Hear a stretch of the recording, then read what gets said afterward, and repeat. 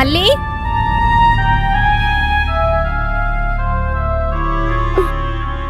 అత్తయ్య, అదిగో మళ్ళీ.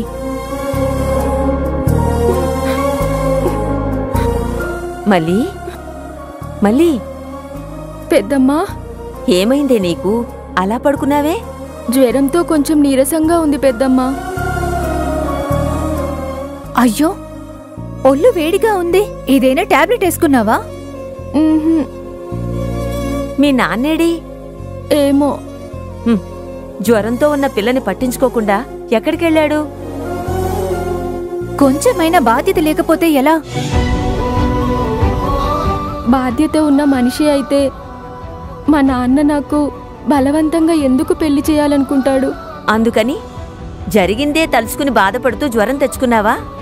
ఇంకేం చెయ్యను పెద్దమ్మా. ఎప్పుడు ఏం జరుగుతుందో అని భయంగా ఉంది.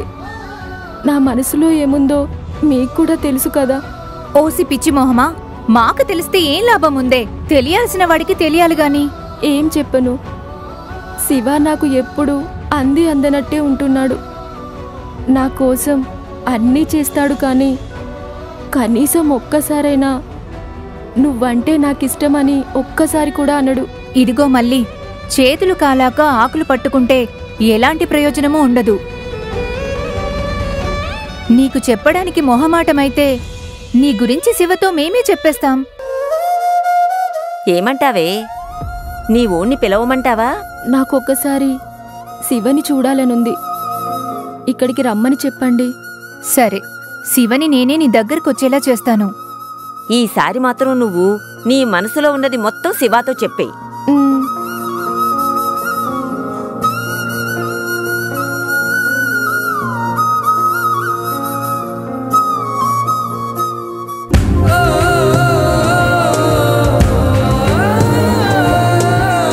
పార్వతి, టాబ్లెట్ వేసుకో. నాకొద్దండి. వద్దంటే ఎలా పార్వతి? డాక్టర్ గారు చెప్పినట్టు టైం ప్రకారం మందులు వేసుకోవాలి కదా. అబ్బబ్బా, ఆ దిక్కుమాలిన మందులన్నీ మింగుతుంటే కడుపులో మంటగా ఉంది. నోరంతా ఒకటే చేదు, వికారంగా ఉంటుందండి.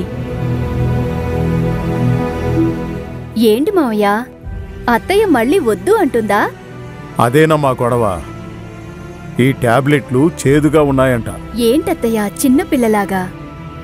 టాబ్లెట్స్ చేదుగా ఉండక చాక్లెట్స్ లాగా తీయగా ఉంటాయా? అదమ్మా, అలా అడుగు. ఈవిడ గారి కోసం షుగర్ కోటింగ్ వేసిన మందులు తయారు చేయించాలో ఏంటో. ఏం అక్కర్లేదు మావయ్య, ఇలా ఇవ్వండి.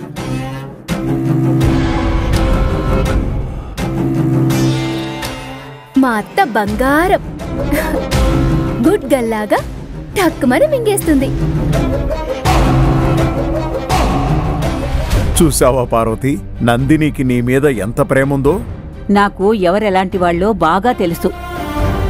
కొత్తగా మీరేం సర్టిఫికెట్లు ఇవ్వక్కర్లేదు. సర్లే అత్తా, నీకోసం కాకపోయినా కనీసం మామయ్య గారి కోసమైనా నువ్వు ఈ టాబ్లెట్ వేసుకోక తప్పదు. ఇలా ఇవ్వు.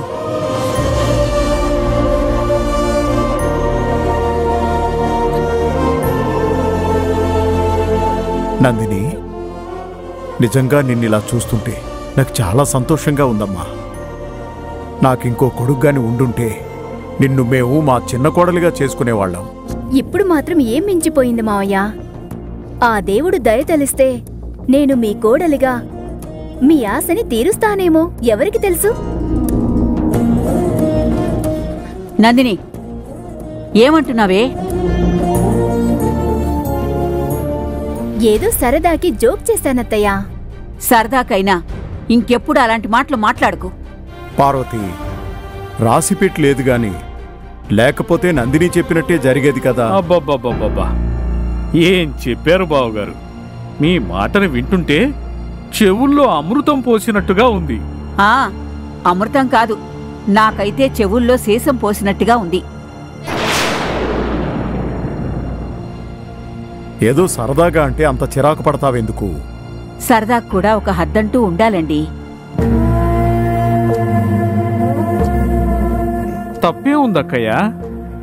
ఇప్పుడు హర్ష కదల్లేని స్థితిలో ఉన్నా కూడా నా కూతురు ఆ మాట అన్నది అంటే దానికి తన బావ మీద ఎంత ఇది ఉందో అర్థం చేసుకో. రే, అనడానికి దానికి సిగ్గు లేకపోయినా వినడానికి, విని సమర్థించుకోవడానికి నీకు కొంచెమైనా బుద్ధి లేదు? ఏదో ఆయన కాస్త చనువిచ్చారు కదా అని మరీ రెచ్చిపోకండి.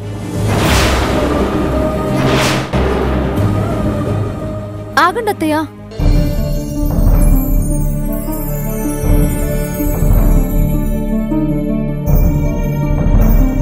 మీరింకా ఏమీ తినలేదు. పరిగడుపున మందులు వేసుకుంటే కడుపులో తిప్పుతుంది. ముందే జ్యూస్ తాగండి.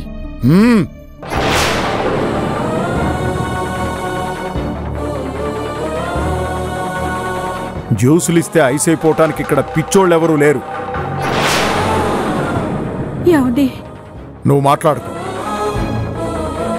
వద్దంటే తగుదునమ్మా అని దూరిపోవడానికి కొంచెమైనా ఉండాలి మరి.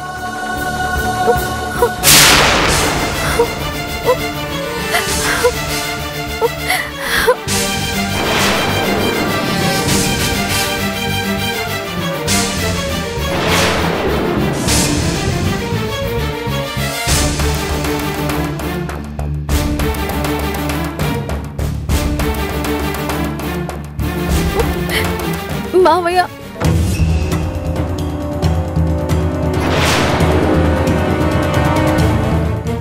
మావయ్య,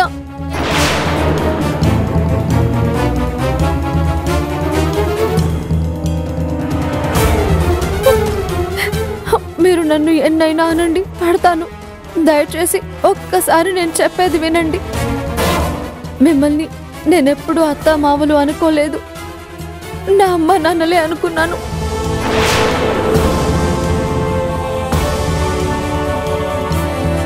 అలాంటి నేను తల్లి లాంటి అత్తయ్యని హాస్పిటల్లో చేర్పించారని తెలిస్తే రాకుండా ఎందుకుంటాను? ఆ దేవుడి మీద ఒట్టేసి చెప్తున్నాను, నాకెవరూ ఫోన్ చేసి జరిగింది చెప్పలేదు.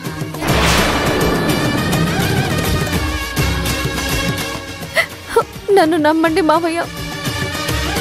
సరే, నీకెవ్వరూ ఫోన్ చేయలేదు, జరిగిందేదీ కూడా నీకు తెలీదు. మరి హాస్పిటల్కి ఎందుకు రాలేదు? హర్షతో నువ్వెందుకు వెళ్ళలేదు?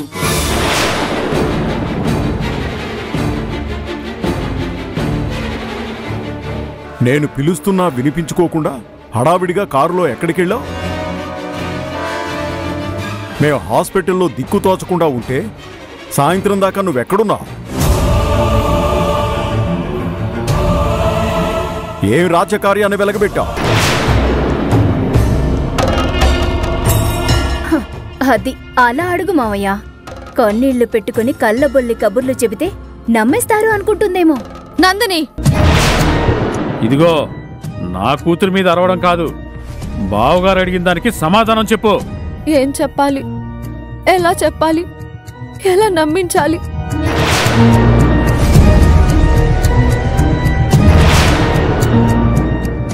ఏంటక్కా మాట పడిపోయిందేంటి?